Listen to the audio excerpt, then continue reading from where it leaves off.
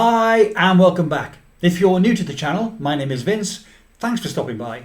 You're very welcome here indeed. If you're not new to the channel, you'll notice I'm in unfamiliar surroundings. I've finally made it back to the Philippines and set up this room we have in the house as my home office slash YouTube studio. I've ensconced myself in here. I'm still working out whether or not the microphone's in the right place, if there's echo. So let me know in the comments below if it's echoing, and I'll try to get some kind of echo suppressant material in here. Also about the lighting, I'm still working out which lights to switch on, whether to face the window or be on my back to the window. So let me know what you think about the lighting and the sound. Enough waffling off me, let's jump into the presentation and let's look at my NMN experiment 4-year blood test results. So let's take a look at the supplements I was taking when I had this blood test taken.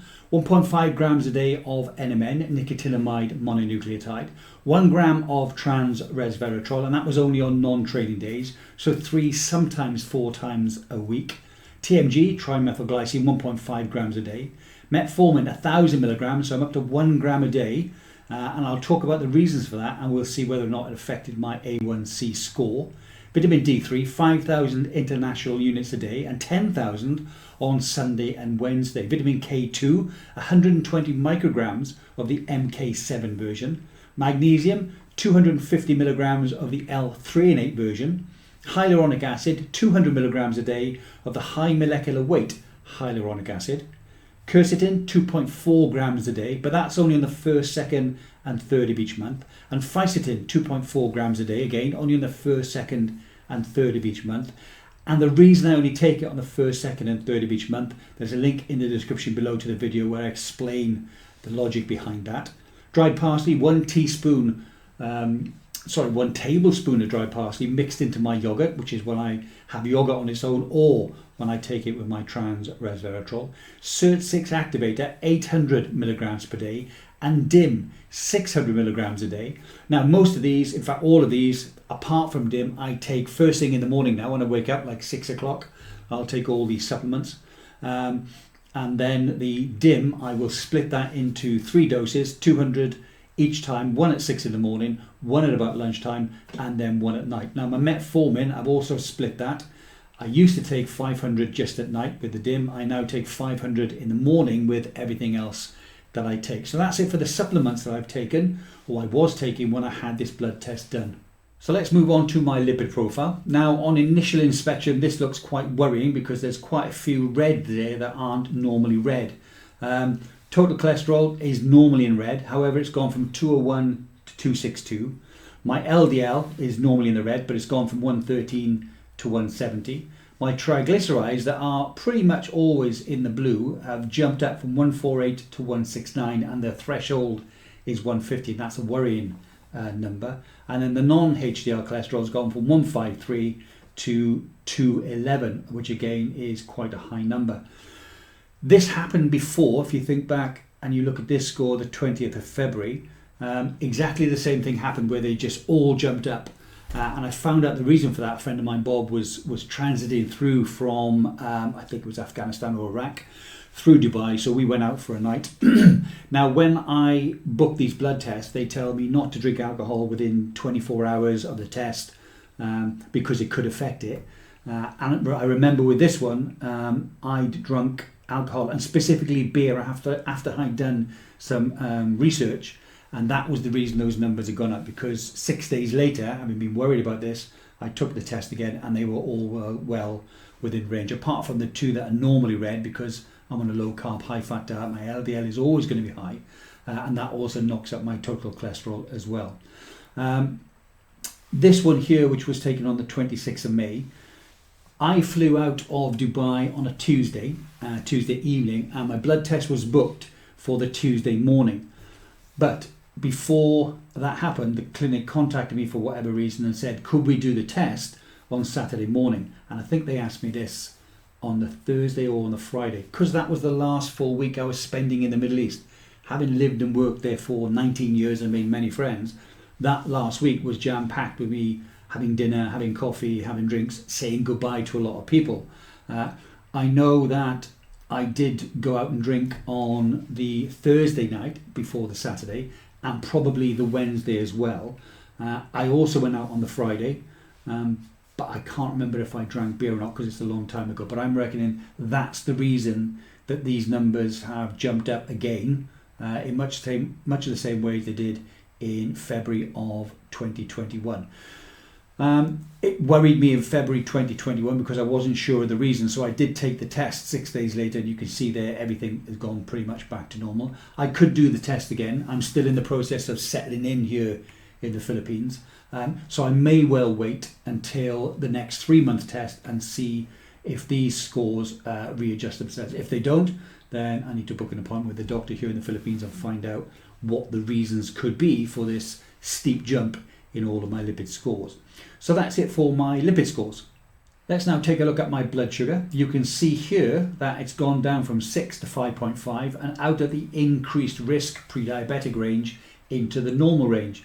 So I thought this has definitely got to be the moving to 1 gram of NMN a day. But a friend of mine, or friend of a friend, who has a medical background and also understands this, did mention to me, because I mentioned to him, that I'm also now doing OMAD 3 days a week, and I've noticed that I've lost a little bit of belly fat since I've been doing the OMAD, but I've only been doing that maybe 3 weeks or maybe a month before I had the blood test. And he said, you can't be 100% sure it's the metformin because you've actually changed the way that you eat, which means your insulin's only going to be spiking once a day, and if you've lost body fat, that contributes to A1C scores also. So what I've done is I've gone back down to 500 milligrams a day. I'm just taking 500 milligrams a day now at night. I will wait for the next 3-month blood test. If it's the same or similar, then it's going to be the OMAD. If it shoots back up into the red, then it's obviously down to the metformin. What I will then do is, I'm not too sure of the rules here, I'll go and speak to a doctor and see if I can get prescribed 800 milligrams a day, not the 1000. And 3 months after that, I can see if that's made an effect and keeps me down in the, or out of the increased risk range. So 5.5 is great. Average blood glucose is also down from 126 to 111. I think the lowest it's been is 115. So 111 is very good. So that's it for my blood sugar scores. Moving on, let's take a look at my liver profile. You can see here that some are in pink and some are in blue. Pink or blue means it's in reference range. If it's gone from blue to pink, it means they've just changed the unit of measure from milligrams per deciliter to units per litre or whatever it is. But pink or blue is okay. The only one that's out is this one, which is my globulin. That seems to have been out for quite a while. Usually down to dehydration. That's what the last doctor said and recommended I drink far more water. Although she wasn't overly worried about it because she looked at albumin and other things and said this on its own is not really a risk. Once I find somewhere here in the Philippines that will do similar tests to this, I'm hoping that a consultation will also come along with it, and I'll ask that doctor, the new one, if there's any way we can get these numbers back into reference range. So that's it for my liver profile. Moving on, let's take a look at my renal profile. You can see here that my uric acid that was at 7.15 is now down to 6.49, back inside the reference range. That's because, if you remember, I'd started eating more fish in an attempt to clean my diet up and eat less red meat. But the doctor then said the more fish you eat, the higher uric acid level is going to be. So I cut out the fish from, I was eating probably 3 or 4 times, maybe 5 times a week, and then just steak at the weekend. I cut that down to, I think the salmon I was eating was like twice a week, but then that upped my my steak intake. Also, I was eating chicken, but also beef curry, and I make a mean chili, so there's a lot more red meat in the diet, which supplemented the fish when I took the fish out to get my uric acid levels down. My blood urea nitrogen has gone up quite a lot from 25 to 35. I'm not too sure over the reasons of that. It talks about kidney or liver damage. That might be down to dehydration again. I don't have a consultation with the doctor in the Middle East because I'm now in the Philippines when I had this test done. I might try and find a doctor where I can go through these numbers, or I'll leave it for 3 months, get the next blood test wherever I find they do it here, and hopefully there'll be a consultation with the doctor so they can advise me on that. My creatinine's gone from 1.2 to 1.64, which has jumped up quite a lot. The reason for that, dehydration. Now remember, this was supposed to be on the Tuesday. It was moved to the Saturday, and I've got a feeling, I can't remember, probably because I was hungover. No, I can't remember if I've been out the Wednesday, Thursday and the Friday, or if it was just the Wednesday and the Thursday. So I may still have been dehydrated from that. It's also quite hot in the Middle East when I left, so it could be down to dehydration. Excessive physical activity. That was an interesting one when I talked to the doctor about this last time, because from the 19th of November 2021 it's been up, and that's around the time I started to do CrossFit 3 times a week, or 2 or 3 times a week. So that could have something to do with it, I'm not too sure. Increased protein intake. So if you think, when I was eating fish and my uric acid levels were up, I substituted that with some chicken, but mainly with steak, so beef in the guise of just steak, which I barbecued, also meat curry and also chili. So increased protein may be the reason for that. So uric acid levels down, but maybe the protein is pushing my creatinine levels up. And the other one is excessive creatine supplementation.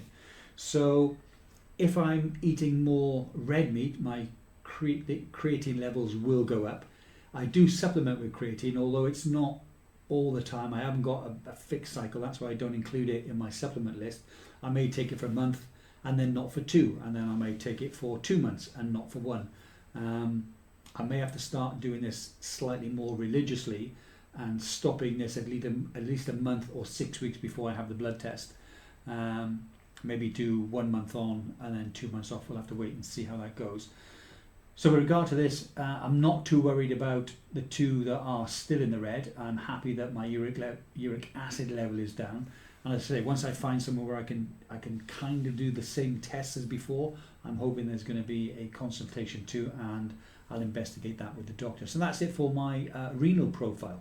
Moving on to my thyroid, you can see here all numbers there still within reference range. My TSH has gone from 3.6 to 1.0, which is quite a large drop. I'm not too sure why that's happened. That said, still well within reference range, so I'm happy enough with that.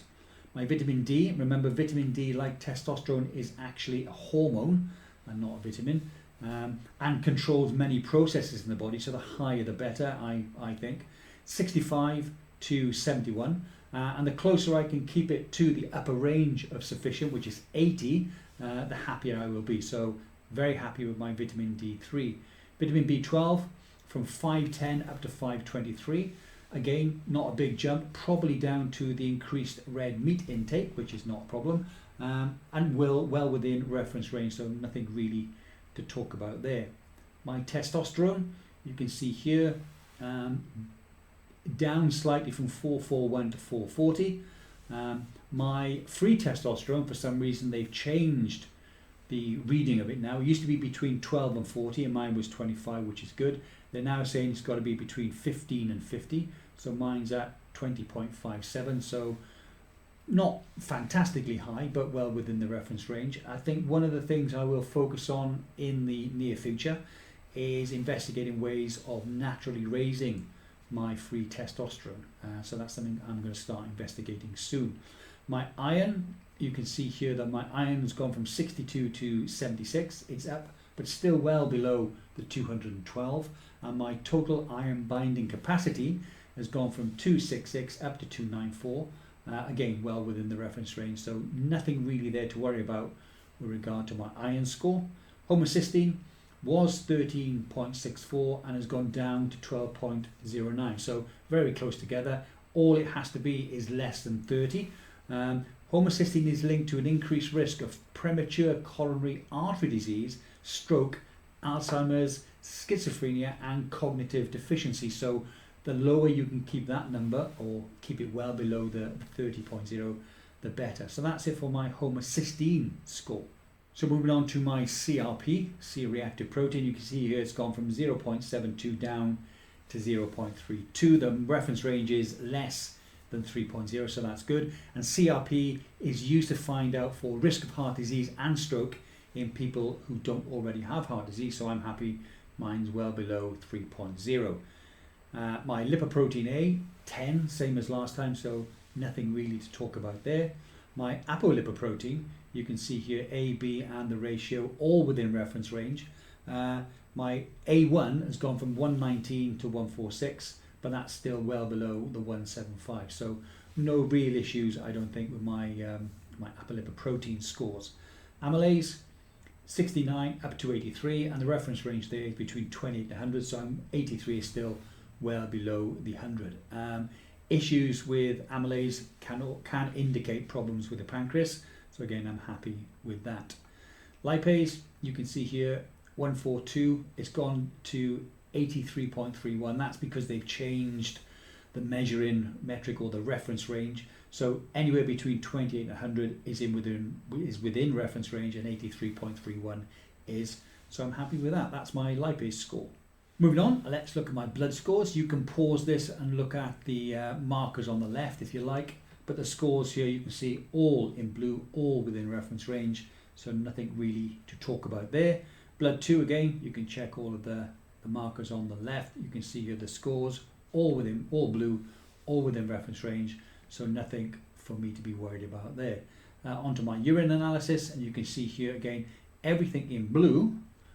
So nothing really to worry about there. The only thing that did change is where my urine is normally clear. This time it was slightly cloudy, but again, that was not flagged in the report. So they seem to think that is okay. That's it for my urine sample or my urine test scores. So moving on to eGFR, you can see here, unfortunately, it's gone from 64 down to 45. And it does say if it's between 60 and 89, there may not necessarily be kidney damage if there's no other signs of it, such as protein in the urine. I'm now at 45, which is between 60 and 89, whereas before I was low, but I was over 60. If I look back at my urine, you can see here that with regard to protein, there was a trace in February of 2021, but since then I've had no protein in my urine, so chances are there's not kidney disease as such. That said, again, hopefully I'll find somewhere to do similar blood tests to this in the Philippines, and there's a consultation and I can talk to the doctor about this. Estradiol, which is the female hormone estrogen, you can see here it was 41. That was alarming. I did some research. That's when I found out about DIM. I took DIM for, I think it was about 6 weeks. It dropped down to 30, and I was just taking 200 in the morning, 200 at lunch, 200 in the evening, and that dropped it from 40 to 30. That was bro science. There's no official protocol. So I then started to take, I think it was 400 in the morning, and then some at night. I didn't take it during the day. And then the next blood test, it jumped up to 36. So I went back to 200 in the morning, 200 at lunch, 200 in the evening. It dropped down to 31. I'm sticking with that 3 times a day, and now it's dropped down to 25.9. That might also be to do with the OMAD I'm now doing 3 times a day, and a slight reduction in fat around the waist, because that is a marker, or that's something that can also cause your estradiol numbers to go up. So I'm happy that it's down at 25, which is kind of halfway between the reference range. You shouldn't kill the estrogen in your body as a man. Men do need estrogen in their body in the same way that women need testosterone. And then the final one, you can see here the place that I got the blood test. They group all of the cardiac risk markers together. You can see here the markers on the left. You can see the reference range and what they should be, and you can see that the test I had done on the 22nd of May, everything is within reference range for cardiac risk. So that's something that I am very happy with. So that's it for my 4-year blood test results. Well, that's it for the 4-year blood test results. I think 2 areas that I'm going to look into in a bit more detail. Firstly, the lipid scores. I'm not too worried about that. I think that reason, or the reason that they are slightly high, is because they brought the blood test forward by about 3 or 4 days, and within 48 hours of when I consumed alcohol, when normally I don't consume alcohol for at least a week before I take the test. The next one is eGFR. That's quite a steep drop. If I can find a hospital or a clinic that will do these blood tests for me again, and hopefully they'll have a consultation, I will cover that when I speak to the doctor. If they don't, I may well just get a blood test taken to check my eGFR and my triglycerides or my lipid panel, and discuss that with the doctor too. Don't be confused if in the next video you see I'm back in my living room in the Middle East, in the green room. That's because I pre-recorded and scheduled videos to be released so that I give myself some breathing time from leaving the Middle East to arriving here in the Philippines and setting up this particular room. Well, that's it for today. Let me know in the comments below what you think of my 4-year blood test results.